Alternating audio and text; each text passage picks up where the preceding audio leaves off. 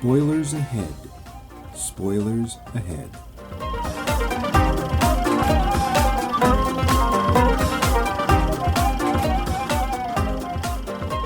Hello out there, all you bird-watching fans.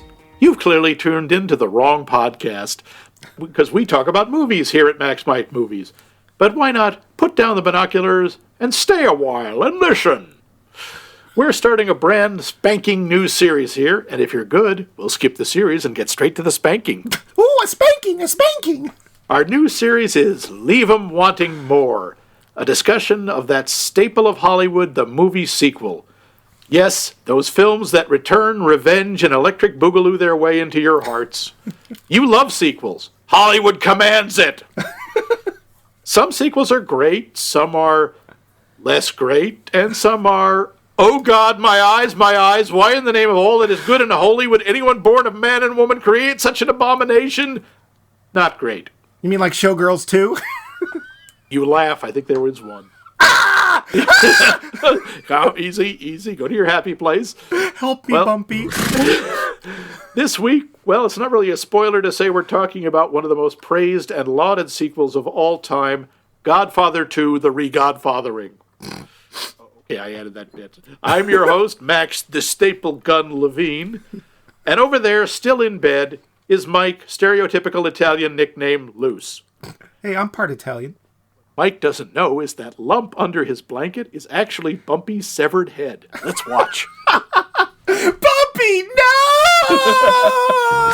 It can't be true! Sorry, that was a different sequel. Very different.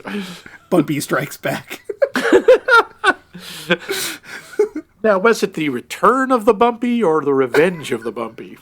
Yeah, well, you're going to find out. Yeah. The show.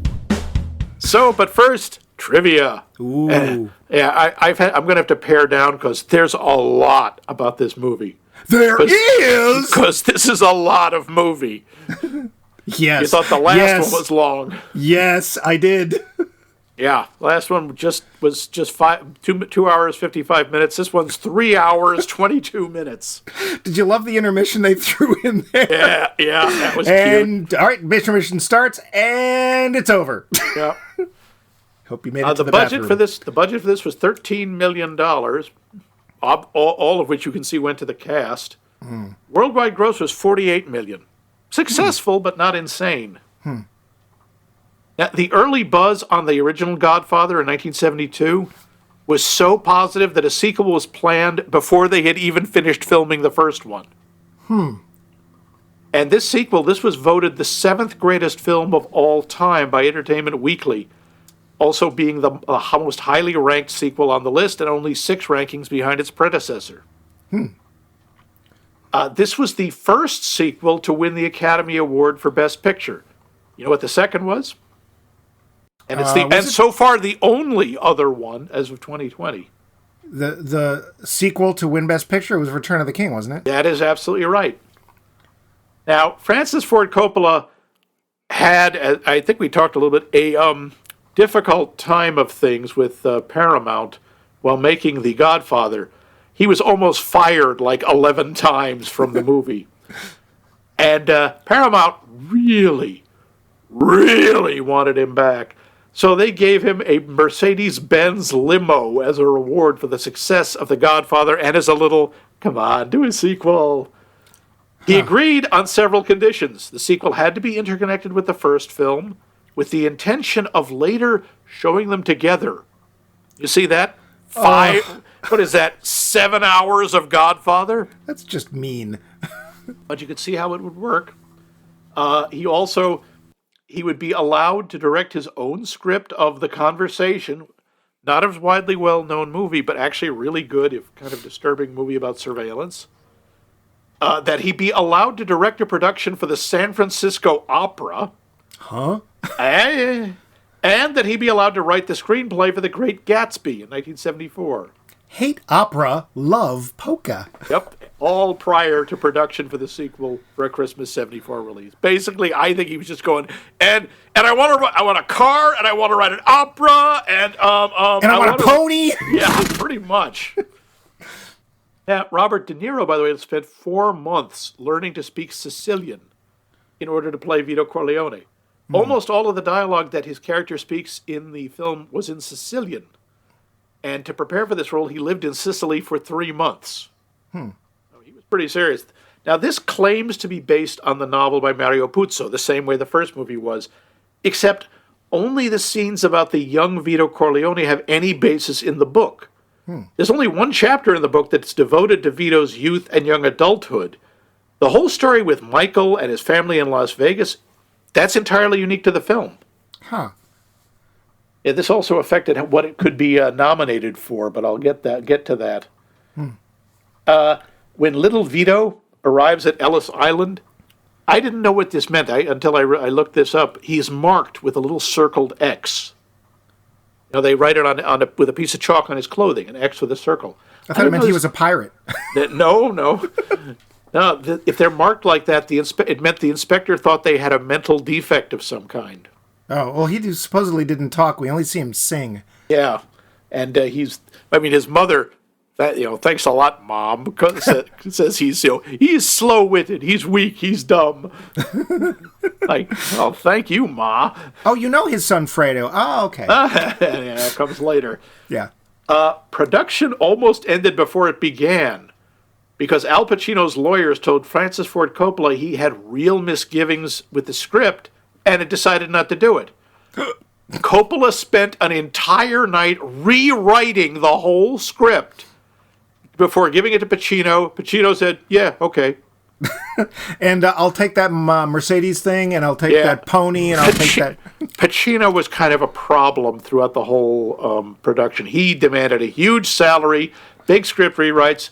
He complained about Coppola's slow pace, kept yelling, Serpico only took 19 days, and threatening to quit. Wow. Yeah.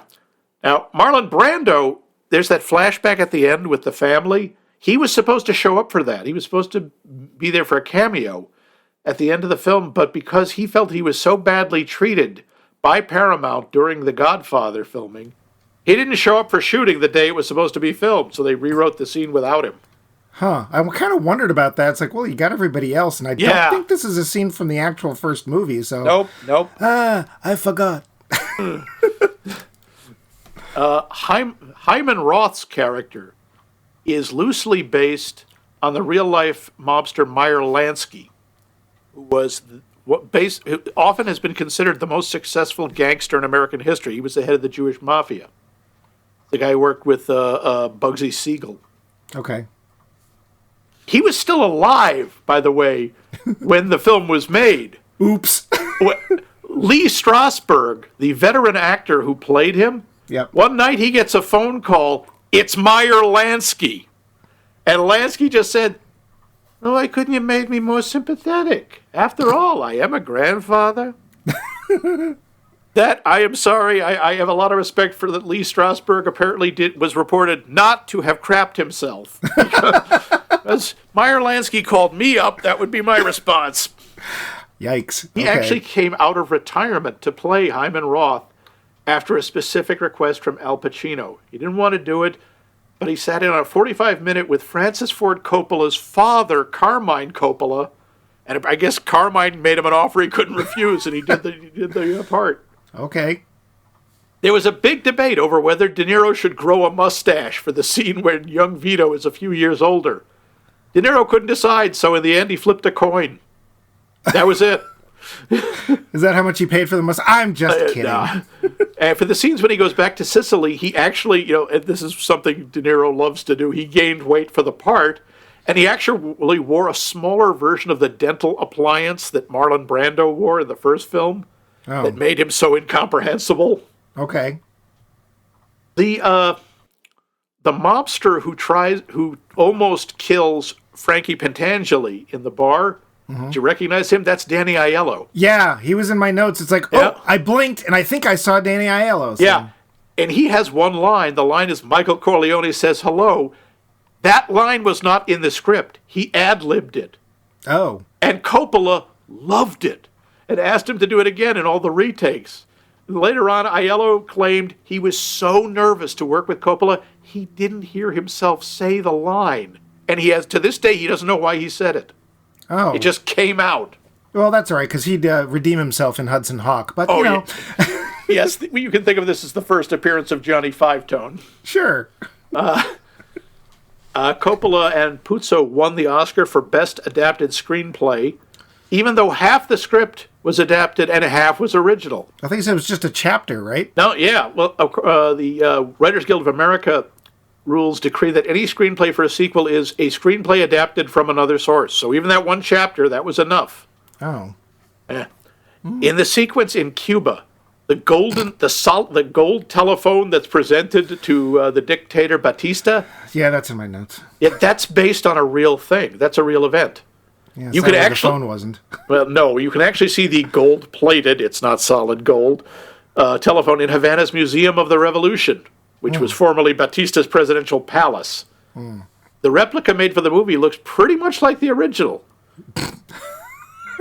Yeah. I'd like to put the words pretty much in quotes, if I may, Alex, for 200. You remember at the very beginning, we see Connie show up at Anthony's confirmation party with her boyfriend, Merle Johnson. Okay. Merle Johnson in this was played by 50s heartthrob Troy Donahue, whose real name is Merle Johnson. Ah. Oh, very weird metatextual moment there. Yeah, well, that's okay. We won't be hearing much out of either of them for not any a time. whole lot. Yeah. Just an interesting part, the word mafia is never heard. It's never spoken in the first Godfather, and it's only heard 3 times in this film, and it's during the Senate hearings. I wonder if the word Godfather was heard in the first movie, because we certainly hear it a number of times here. Oh, no, we do. Even right in the early scenes at the wedding, when the guy comes to see Don Corleone, and he refers to him as Godfather. You mean Vito Scotti? Yeah. I love Vito Scotti. I just don't know if I would have chosen him for that role. Yeah, well. It's like, I know you. Weren't you the Japanese sailor in that Gilligan show? You were in Columbo, right? Yeah. Originally, Kay was supposed to actually have a miscarriage, not an abortion. It was Talia Shire's idea that she should have an abortion instead as the ultimate way to hurt Michael. Coppola thought this was such a brilliant idea, he actually wrote the scene where she tearfully asks Michael to forgive Fredo to thank her. Huh. That scene wasn't in there. She didn't get much dialogue. He wrote her that scene as a thank you. There was also the shooting script included a scene with an older, diabetic Michael talking with an 18-year-old Anthony, his son. But the scene was cut. The discarded scene also included Connie saying that Fredo drowned in the lake. Yeah, these ideas, they eventually used them in another movie that came later that we will not speak of. One last thing. I hadn't noticed this, but the presence of oranges in all 3 Godfather movies, 2 Godfather movies, indicates that a death or an assassination attempt will soon happen. When the senator is framed for murder after he's played with oranges in the Corleone house, and Johnny Ola brings an orange into Michael's office before the attempt on Michael's life, Don Fanucci eats an orange just before he's gunned down, and Michael is eating an orange while plotting to kill Hyman Roth. I think wasn't Vito eating one right before he got shot in the first film? Yes, he's at a fruit stand. That's right. And he also, that's how he dies. He dies right after eating and playing with oranges with his grandson. Yep. In that very strange scene where he's got the orange peel covering his teeth. And it's like, Very weird sequence. Well, that's most of the trivia I have. There's some that I'll work into the notes, but there's a ton of stuff about this and about the filming, but I think that's enough. So we get on to the plot. The sequel to Francis Ford Coppola's masterwork, The Godfather, The Godfather II continues to follow the criminal and personal exploits of the Corleone family, both in the film's present and the film's past. We see how Michael, now the most powerful member of the mafia, which doesn't exist, deals with his enemies, his family, and those who are both, as he tries to expand his empire in ways his father never imagined. We also see, through Robert De Niro-flavored flashbacks, how young Vito Andolini left the village of Corleone, came to America, and rose to power in New York's Little Italy and beyond. That's all I'm doing to sum up because this is a friggin' 3.5-hour movie. The Lowdown. You know, a lot of people don't know this, Max, but my favorite flavor of cake is Robert De Niro. It is. That's some tasty cooking. Beefcake. Yep. Yeah, I think you did this as well, but when I went to watch this, it was listed as the Coppola Restoration, which apparently is a digitally restored version of the movie done in 2008 for the Blu-ray release. Now, Max and I usually do not compare notes before we start the show, but we kind of mentioned this, and you said that it had something to do with lightening some scenes so humans could actually see them? Yeah, there are a lot of scenes, and I think I have the older version, that are very dark, and it's kind of hard to see who's talking. But yeah, I mean, it was dark in a lot of places, but I don't think I had trouble telling who was talking. Except when somebody was about to die, then I wasn't quite sure, but... Yeah. Early on, and to be fair, I made the note, and I don't remember exactly when this takes place. I think it's actually in... Because we start off with the kid, right? We start off with... Yep, we start off with little Vito. Sadly, little dumb-witted Vito. His mom says that, right? Yeah, He is dumb-witted. Yeah. Thanks, Mom. I know you're trying to keep me from getting murdered, but thanks a lot. And I think it's Don, what's his name, the guy who ends up killing everybody. Don Chichu, yeah. Yeah, unfortunately, when I saw him, my note was, Jackie Gleason, how nice to see you. Because he has that little mustache. And, yeah. How sweet it is. Oh, yes, turd brain. Slow of mouth and wit. I knew nothing about this movie. I'd seen the first one only because we did this show. Not because I had any reason not to see it. I just hadn't. And if, admittedly I had known it was 3 hours and 22 minutes, I might have done something like, I don't know, text my best friend something like, 3 hours and 22 minutes? I'm dying! I got a text just like that. Did you really? Oh, yeah. I gotta say, it doesn't feel that long. The pacing in this movie is astonishing. Well, I have a question for you. Did you watch it all at once? I did not. I had it based off of 2 DVDs. And the first one was about 2 hours and 10 minutes, and I watched that one night. And the second one was an hour and 14 minutes, and I watched that the next night. The first one was how long? About 2 hours and 10 minutes. So we were about 20 minutes off. I had stopped at an hour 50, which was right. We were switching back. I think it was just as Vito was about to start getting things done in New York. Probably. I mainly, it was the first, after about the first 14 minutes, and my second night, it starts at the Senate hearings. By the way, those Senate hearings, that's based on several real events. I wondered if they were. Oh, yeah. They were in the 1950s. I think it was, the first one was 1950-51, which was just the Senate hearing on organized crime. They didn't have a lot of people up, but this was one of the most massively televised. This was the first really massively televised political event.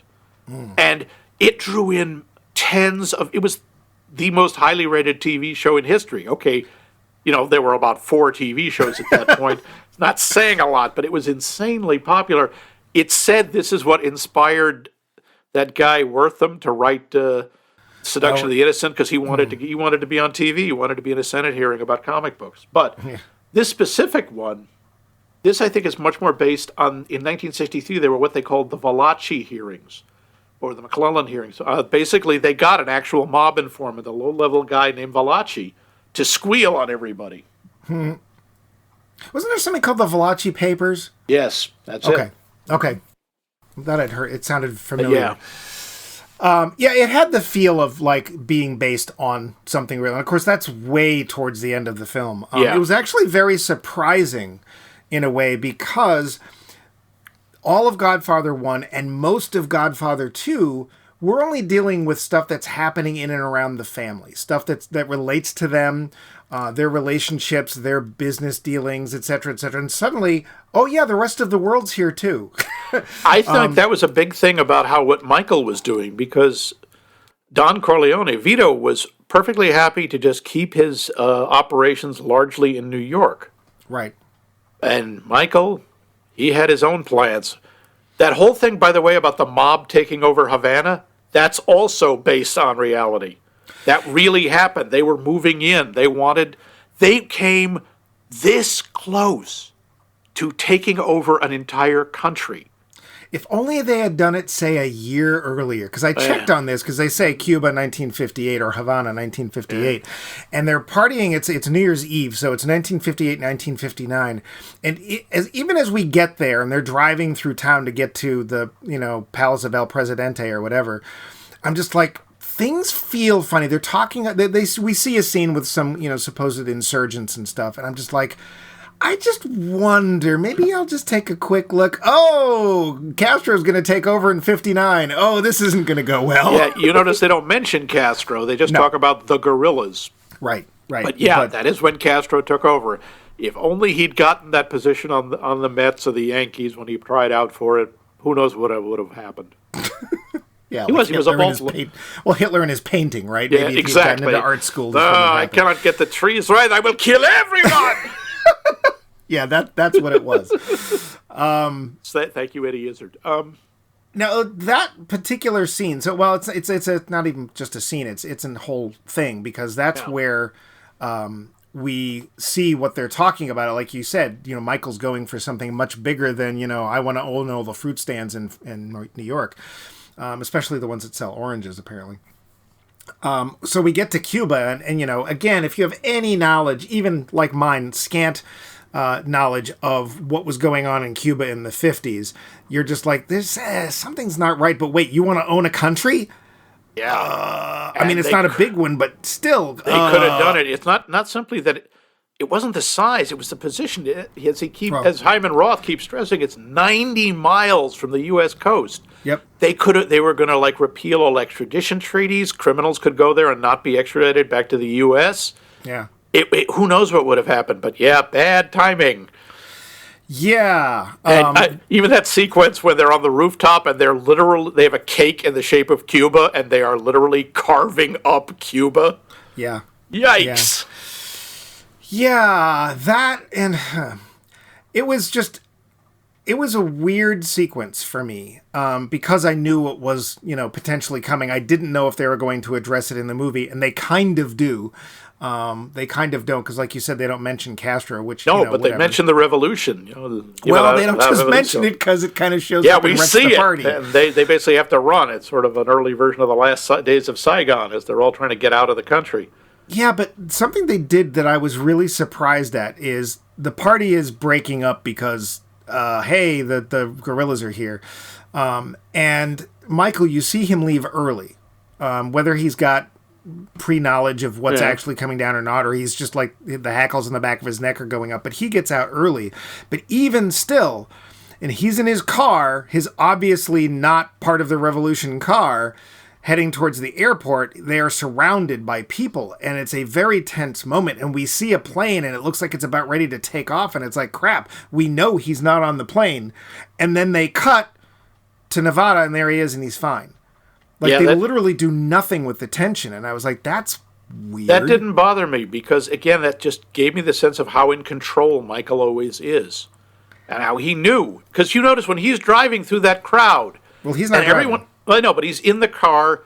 He's not even looking at the people. He's not scared. All he's thinking about is the encounter he had with Fredo. Because to him, that's what gets me. I think that's what's so powerful about that. Everything else is just a backdrop to the tragedy in his family. When he realizes, he knows there's somebody in his family who has been setting him up. Someone's been feeding information. There's a mole. We find this out right in one of the very early scenes. Someone tries to kill him in his house. Someone left the drapes open in his bedroom window. And we've had hints of it. Through the movie, Fredo gets this weird phone call, somebody named Johnny. And through it, he finally, while he's in Cuba, Michael realizes his own big brother, Fredo, has betrayed him. Mm. And there is that iconic scene in the party. It's a New Year's party. Everyone's in their finery.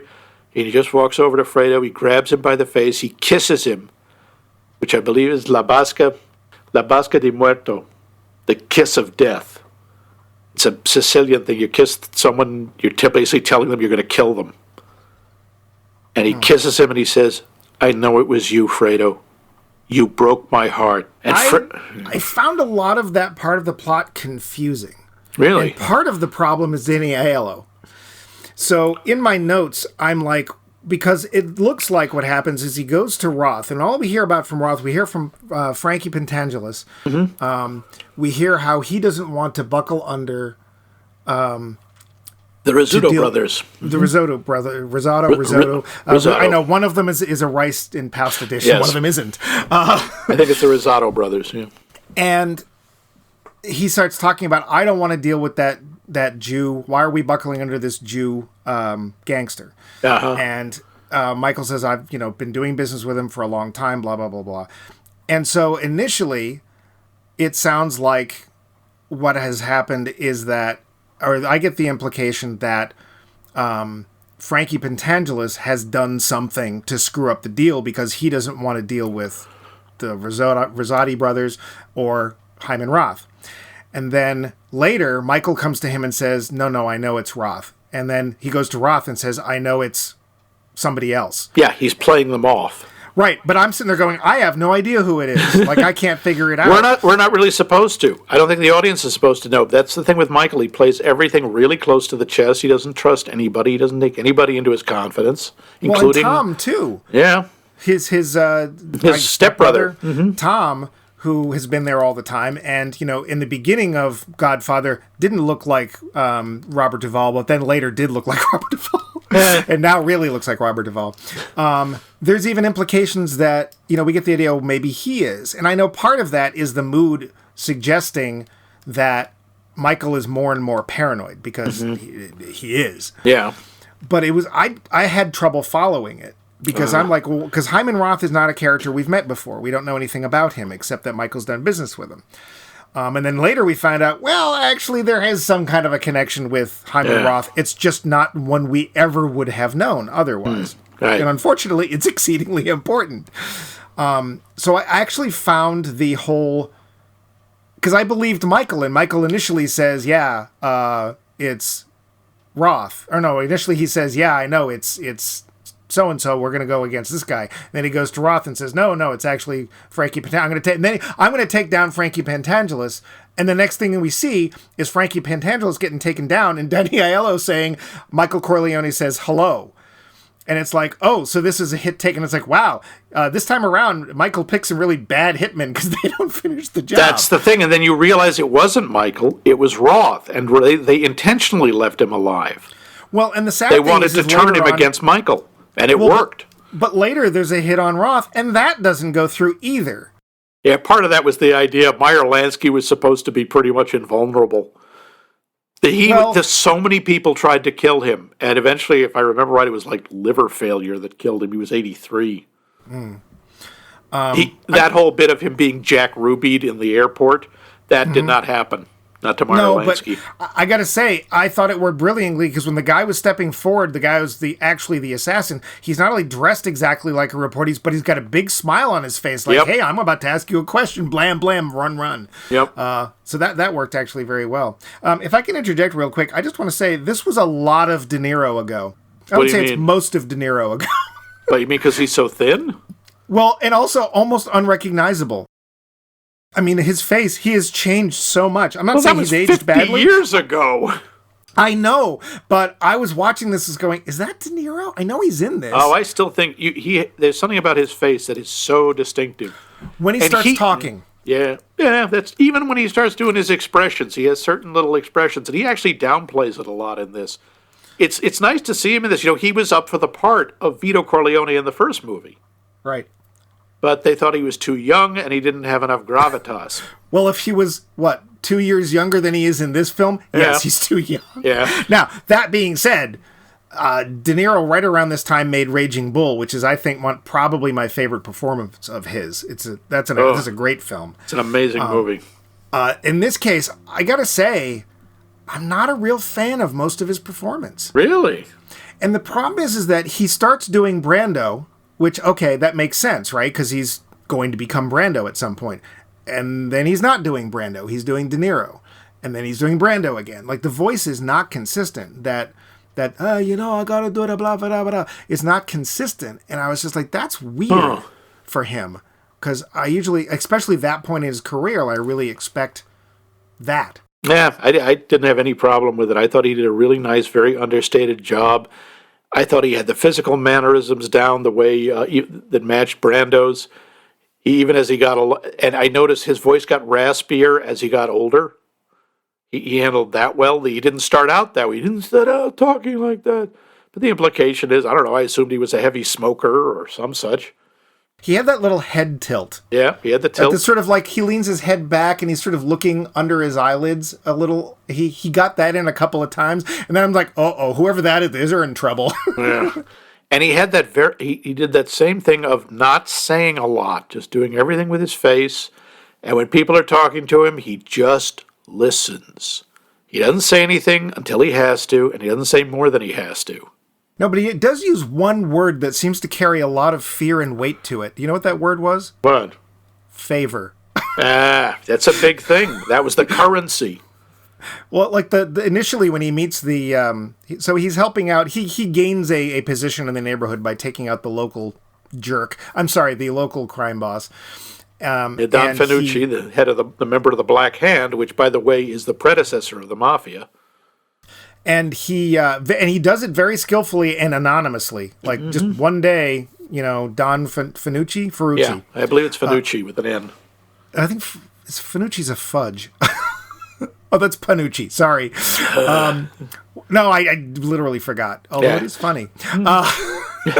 So he literally takes him out, and then he just starts, being nice to people around the neighborhood and stuff. And the first thing he does before he takes out this boss is he does a favor for this old woman who's a friend of his wife's, and he goes to speak to this.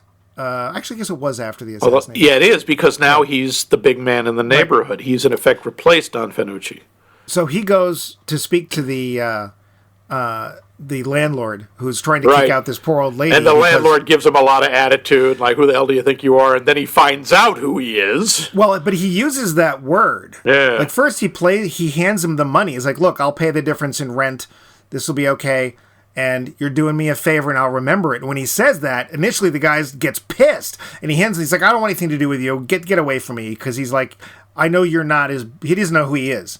Yeah. And even though Vito has told him, he's like, go talk to people around the neighborhood. They know me.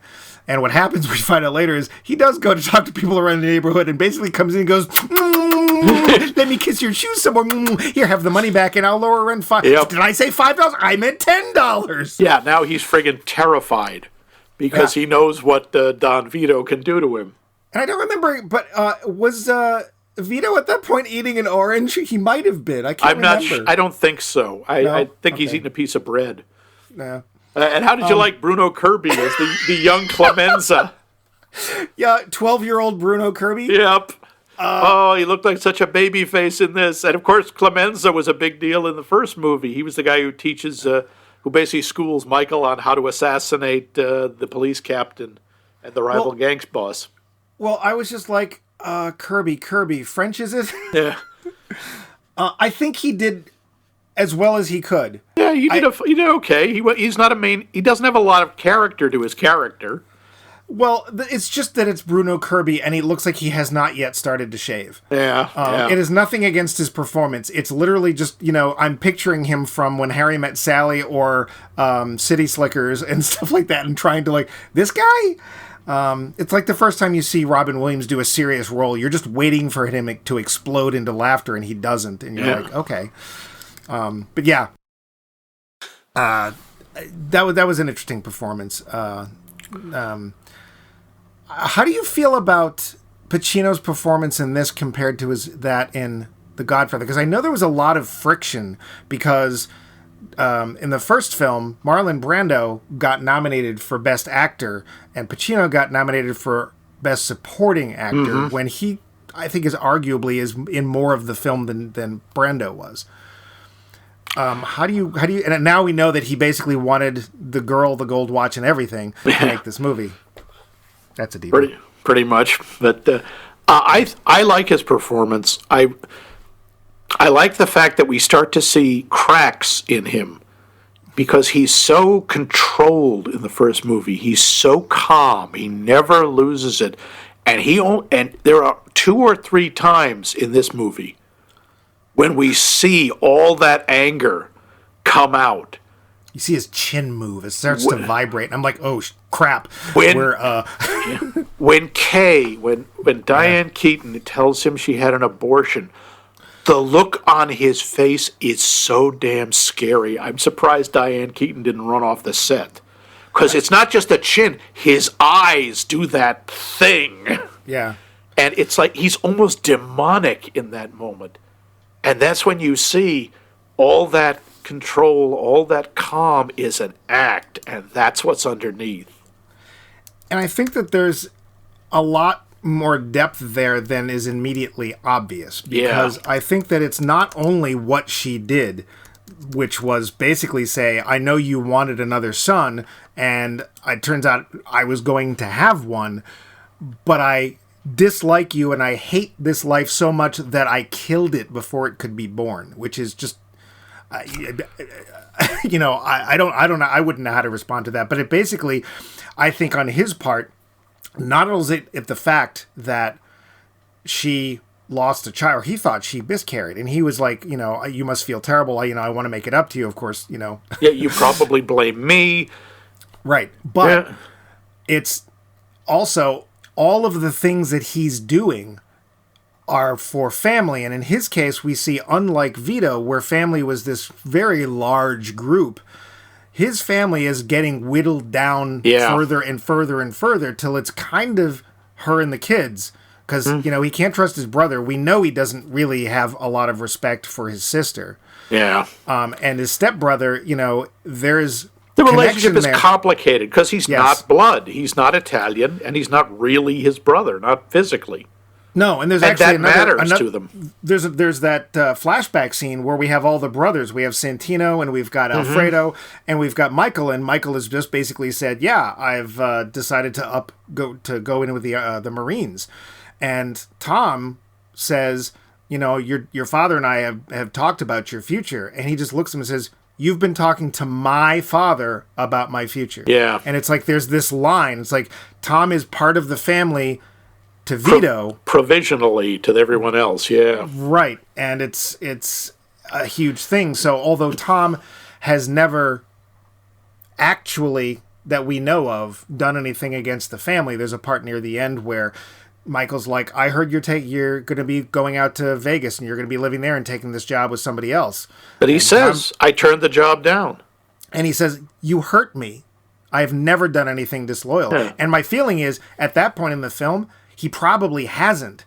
But now Michael is so paranoid. Yeah. Because at that point, his wife he's already kicked her out. And he's already knows that his brother, that Fredo, has betrayed him. Yeah. So he probably sees betrayal everywhere. And yeah, I think Pacino does an amazing job of conveying that.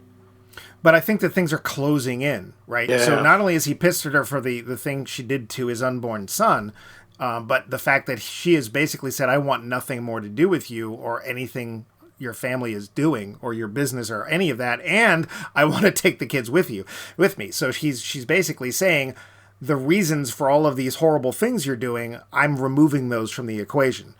And Michael is, I'm going to say more, not even more or less, but by the end of the film, Michael's pretty much alone. He's got his kids, but even then he doesn't see them that much. They almost are more symbols than they are real people to him. He has his sister, but his sister is there mostly out of need. And her need gets greater because in the beginning of the film, she's just like, "I don't need you. Give me money. I'm going to go marry Troy Donahue." That was one of the moments when he's talking to her, and he just says, "You marry this man, you will disappoint me." Mm-hmm. Like, yeah, that would stop me from marrying somebody. I'm sorry, Michael Corleone says that. Yeesh, it's so understated and so menacing.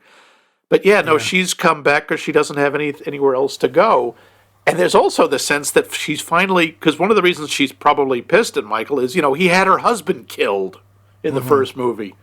Carlo, who we see Santino setting her up with at the end in the flashback. Yeah, Santino. His end was certainly photogenic. And poor Fredo. Yes, he's, he betrays the family, but he's so pitiful. That speech, I'm smart. I'm not dumb like everybody says. And of course, the entire audience is going, Yeah. okay. Yeah. Oh, honey, no. So, what did you think of the little sequence where we see Fredo as a child and he has pneumonia? Do you wonder if that's something that they tried to put in to suggest that that's where Alfredo's weakness comes from? No, I think it was just showing the fact that Fredo has always been a problem. He's been more of a problem than the other kids. Okay. I don't think that suggests that's why he might have been skinny or weaker than the others. A lot of kids had pneumonia back then and got over it and grew fine. Obviously, he was just, as they say, the weak stick. Real quick, another piece of medical trivia. Yeah. So I wondered, too, you said you wondered about the little number that was stapled to Vito when he came over to Ellis Island. Yeah. I was like, why are they checking under eyelids? What's with that? So actually, they were checking for something called trachoma, which is a cause of, actually apparently a very treatable cause of blindness that will affect both eyes and is highly contagious. Oh, I didn't know that. I thought they just checked. I didn't know about the eyes. I thought they were just checking for lice. Well, no, because they have this little hook and they're lifting up people's eyelids and looking. And he actually gets quarantined for a short while, and that's when he sings for reasons. Maybe stuff, I'm not sure. But I just wanted to know because it was like, what's with that? And it felt like one of those historically accurate things that I just didn't understand. And it turned out it was one of those historically accurate things that I didn't understand. But there you go. I also... I was going to say, I love the substitution of UT&T because, of course, if you say AT&T, you get sued. I thought it was IT&T. It was later. Oh, okay. No, I mean, I thought they said IT&T when they were going around the table. Oh, all right. In Cuba, it was UT&T, and then at the Senate subcommittee hearing, it was IT&T. Ah, okay. Whatever. Yeah. Good. I love Hyman Roth's speech when he's talking to Michael, and he's basically obliquely explaining why he hates him. He's talking about Mo Green. Right. And he's talking about the guy who basically created Las Vegas, which that's Bugsy Siegel, by the way, almost word for word. Even they got down to getting shot in the eye. Right. But I, of course, thought it was Mo Fuzz. Yeah. But that that line, though, this is the business we have chosen. That's that's like you could have been Senator Corleone, Governor Corleone of this movie. This is the business we have chosen. That's up there with it's business, and you're taking it personal. Well, and who ended up doing that? Yeah. Right? Oh, yeah. Because Roth, here's the thing. So when Michael killed, who killed Mo Green in the first film? One of Michael's people. Okay. Because I knew it wasn't the guy in the restaurant. That was a whole other thing. No. There literally was nothing personal. They had no idea that there was any connection to Hyman Roth at that point, or perhaps even that there was a Hyman Roth at that point. So Hyman Roth goes through these incredible machinations to basically get back at Michael Corleone. Mm. And my feeling of that is, if you had kept to what you said was the center of your belief, which is this is business, it's not personal, things would have worked out fine for everybody. Yeah, everyone would have made money. Everyone would have won. Except the Castro thing. But that's a whole thing. It's a big thing in this movie, is the vendetta. Yeah. The revenge. Even we see Vito, he goes back to the town of Corleone. However many years later, and there's Don Ciccio, who's what's left of it, this half-blind and deaf old man, and he still goes back to kill him. Yeah. Why? I mean, I know why in the narrative, but really? Did that really give you some satisfaction to basically chop the last 5 minutes off the guy's life? Probably. The thing that killed me is if the guy was still considered a Don in any way, shape, or form, apparently Tom and Jerry are his only guards, and they're not really paying much attention. Nope. Because they managed to shoot one guy in the leg, and that was it. I'm sure that was meant to help illustrate Vito's character a little better, and I guess by, what's the word I want?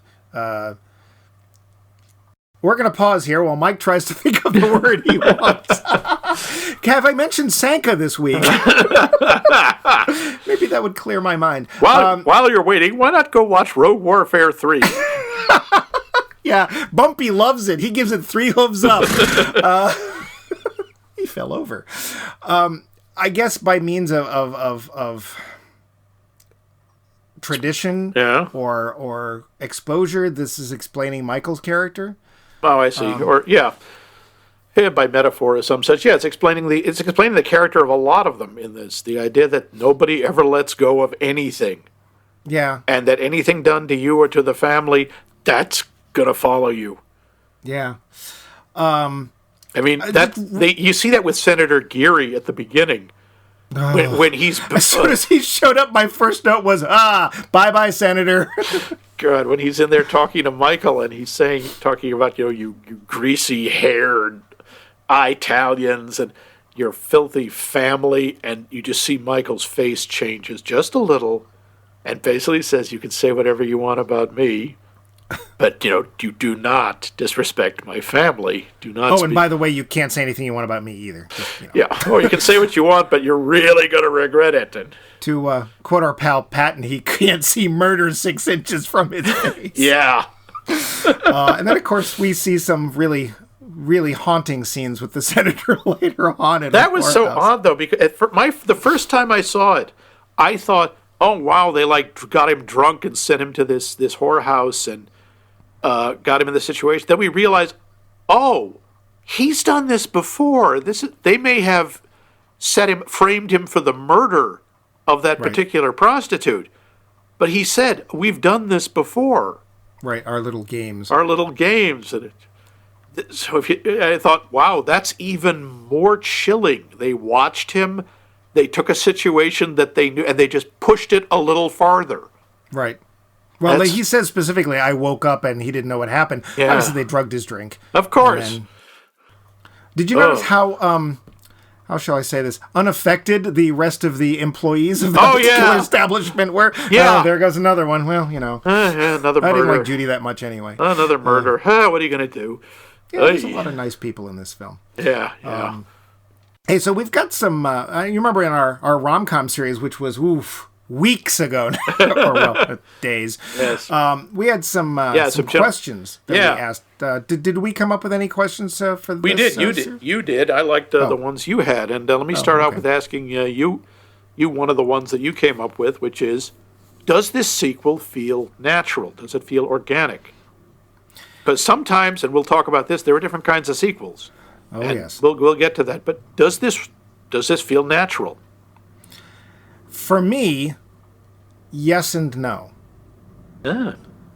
So one of my notes was, is this going to be the Empire Strikes Back of the series? And of course, you would argue no, because there is no third film. That's right, there is not. Unfortunately, Hollywood would disagree Shut up. with you. And I haven't Lies. seen the third film. So for me, the trouble I had with the naturalness of this is at the end of the first film, what happens is we suddenly see Michael in a position that he was never meant to be in. You might even say thrust into a position he was never meant to be in. Because Fredo certainly wasn't going to lead the family when Santino was taken down as brutally as possible. Ugh. But we see that what is perceived as a sudden weakness in the Corleone family, Michael turns around and in one fell swoop tells everybody, no, that's not how it's going to be. This film, he ends the film basically on this amazing movement of strength. We see poor Abe Vigoda is sent off to Barney Miller without any dessert. In a great scene where he's basically like, hey, for old time's sakes, could you basically not tie my feet to that cement and throw me in the lake? And they're like, can't do it, Sal. Yeah. Can't do it. But we see Michael's on top. He is ruthless. Things are going to happen. He's in a strong position. Things are where they're supposed to be. He is the Godfather. He is the new Godfather. Right. And actually, in some way, in ways that his father hadn't even been. Yeah. Because Vito was like, you don't mess with Vito, but there was a softness to Vito that does not seem to be in Michael. Vito was more sentimental. Yeah, definitely. You got the feeling he was better with the children. He was nicer to people. Michael, not so much.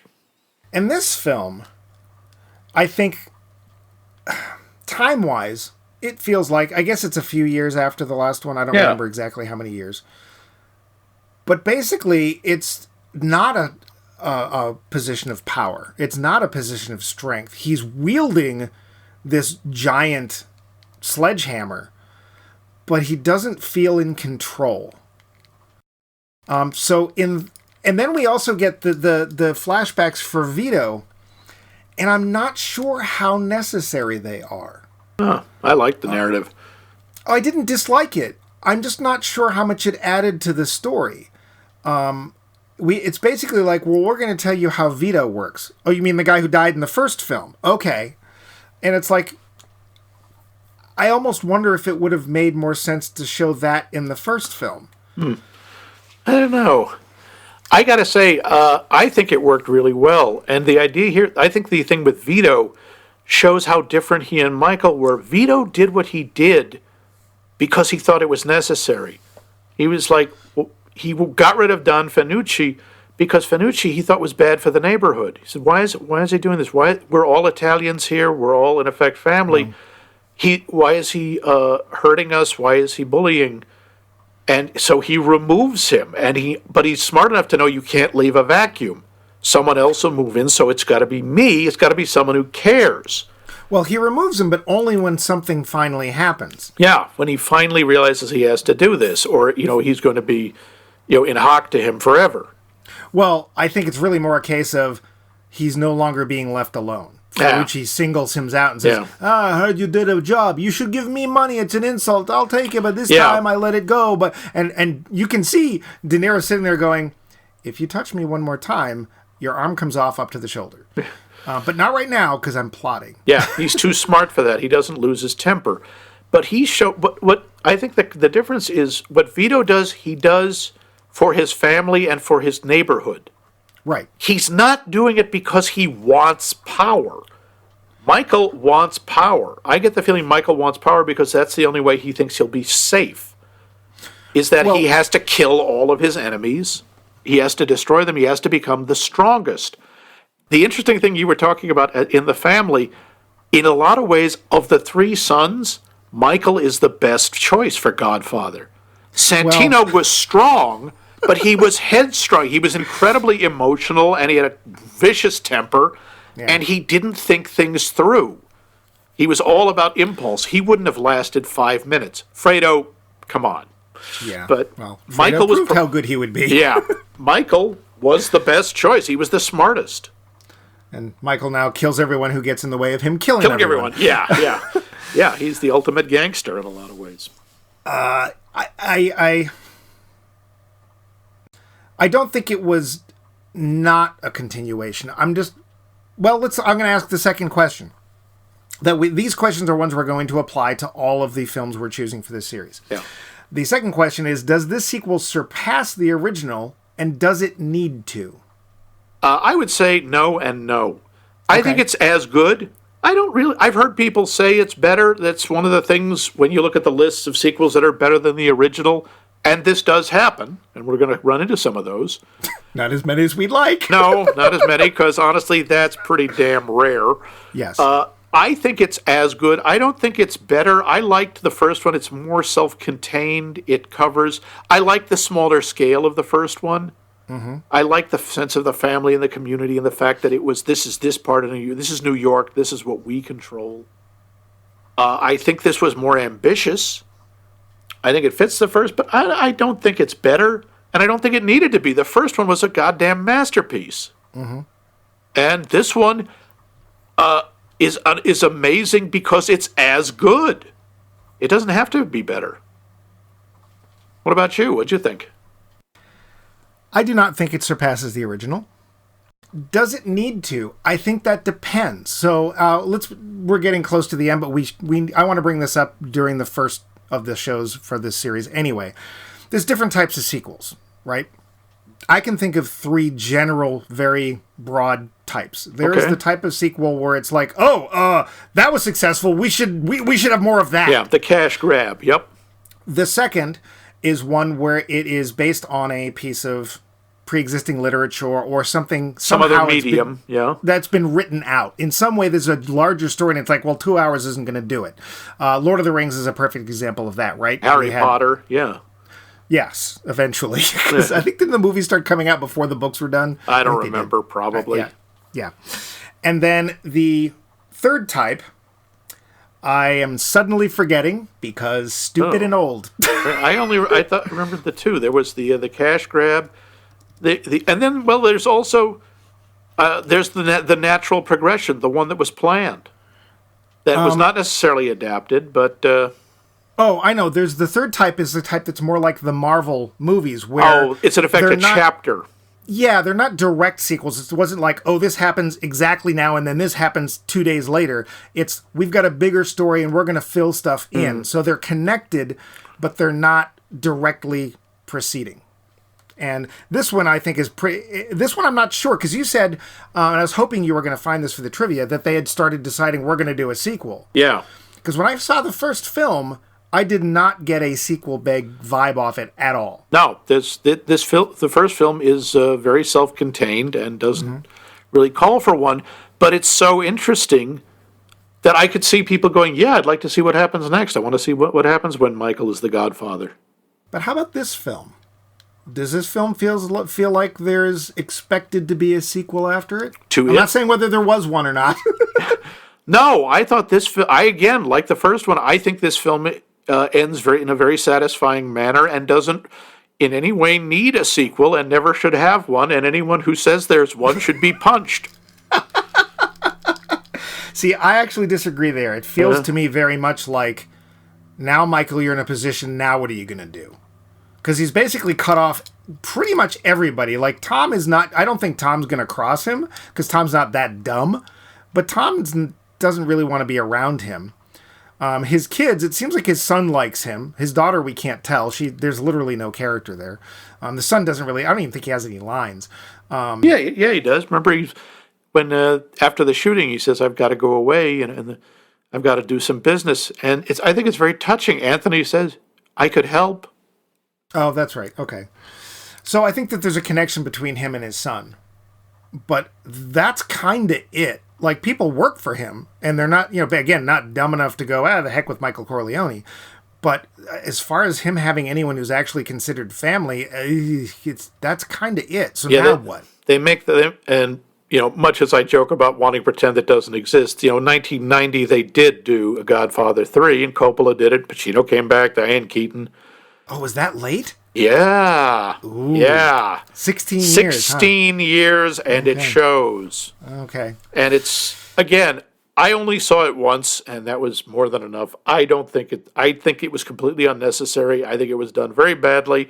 And Ms. Coppola, I am really sorry, but you're not an actor. She plays Michael's daughter. Okay. Yeah. And I don't remember who plays the son. His son's in it. Some cousin is in it. I prefer watching her films that she directs. She's a terrific director. She belongs on the other side of the camera. It's not like she's terrible. It's not like she's not Tommy Wiseau here. You're tearing me apart. Tearing me apart, Vito. But she's just not very good, and unfortunately, she's also noticeably not as good as a lot of the other actors in the movie who at least make an effort. But also in 1990, Pacino is being full-on Pacino. There's no restraint like there is Hoo-ha! But anyway, that one is a sequel that was, I think, utterly unnecessary. I think this one works. I think this one works great as a sequel and as its own movie. But we're going to be seeing other sorts of these sequels. Yes, there are the sequels where it's inherent in the movie. There are sequels where the movie cries out for a sequel. There are sequels where it's just, this made money, which is pretty much every movie out now. Those are the movies where the producers cry out for a sequel. Yeah, exactly. Yeah. So I will grant this one it was meant to be from the beginning kind of sequel, since you said that they were planning on it before they finished filming the first one. Mm-hmm. At the end of the first one, I didn't feel like there was anything saying there should be another movie. This No. one to me feels like we don't. It's much more questionable in the ending. It doesn't feel like an ending so much as we literally don't know where he's going next. Yeah. But that's It's fine. not as neatly wrapped up, but that can be good or bad. Speaking of wrapping up, yeah. because before we get to 3 hours and 22 minutes, do you have any final notes before we get to that point? No, I think we've covered most of it.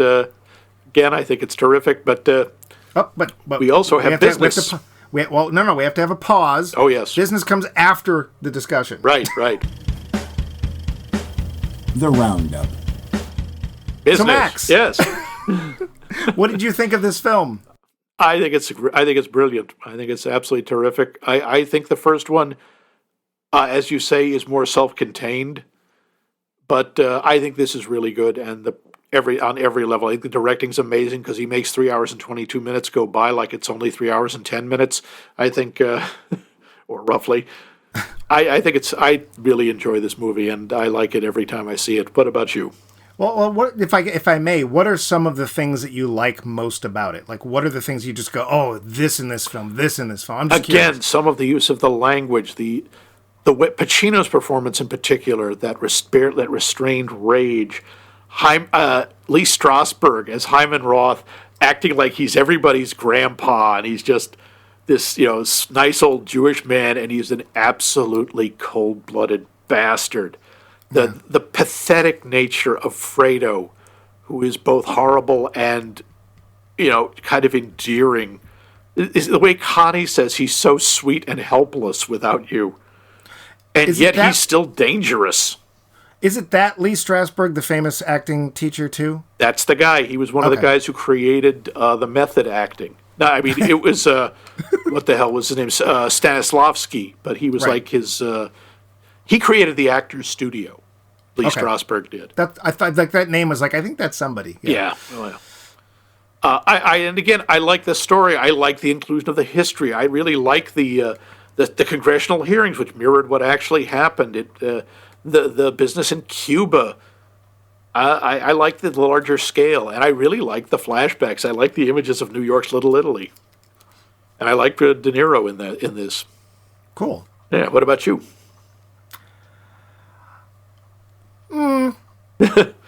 Okay. Honestly, meh. Which is, I know, surprising. It surprised me because the first one I had never seen.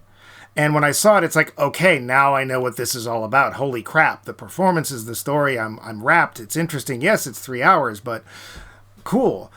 And some of my notes were things like, what happened to Michael between the first and second films? I don't really understand.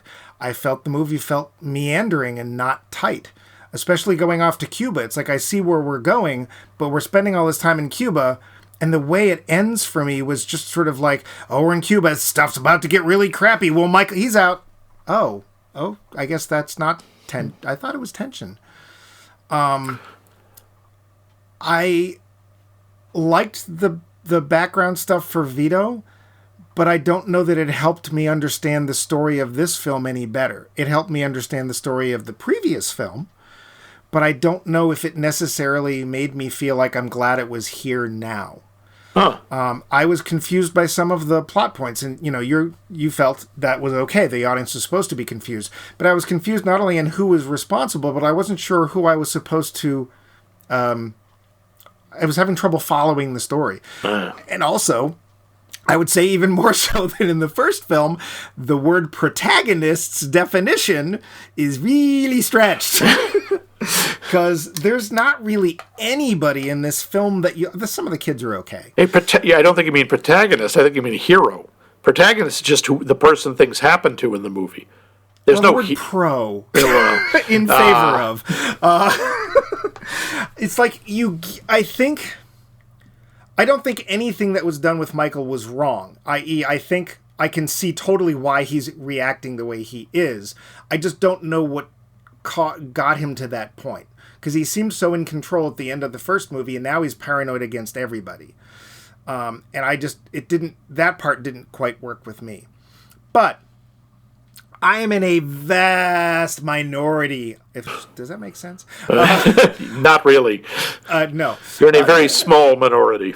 There we go. It's like meteoric rise. I hate that phrase. Meteors don't rise. that is not impressed. I don't know. It didn't grab me the way the first one did. It felt uneven, which surprised me a lot.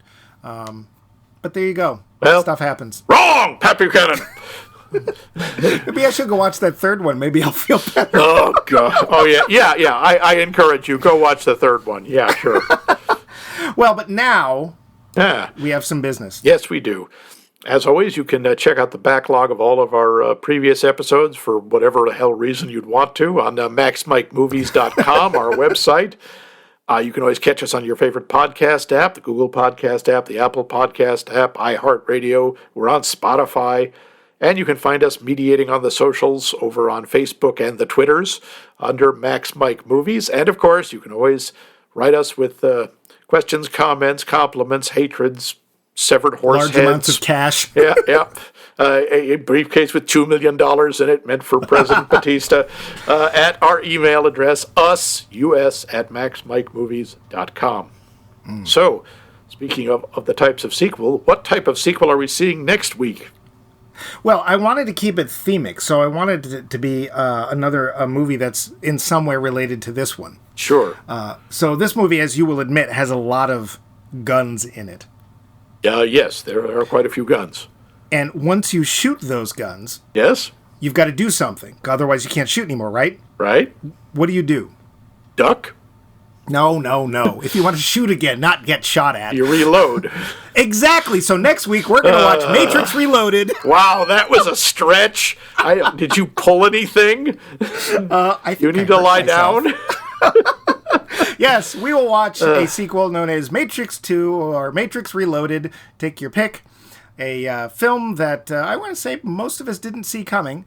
And it stars Keanu Reeves at Al. Who's this Al guy? I don't know, but next week we'll find out when that glitch makes us repeat this whole thing all over again. So, whoa. Did I just blow your mind? So next week, if you'd like to see this all over again, join us, won't you?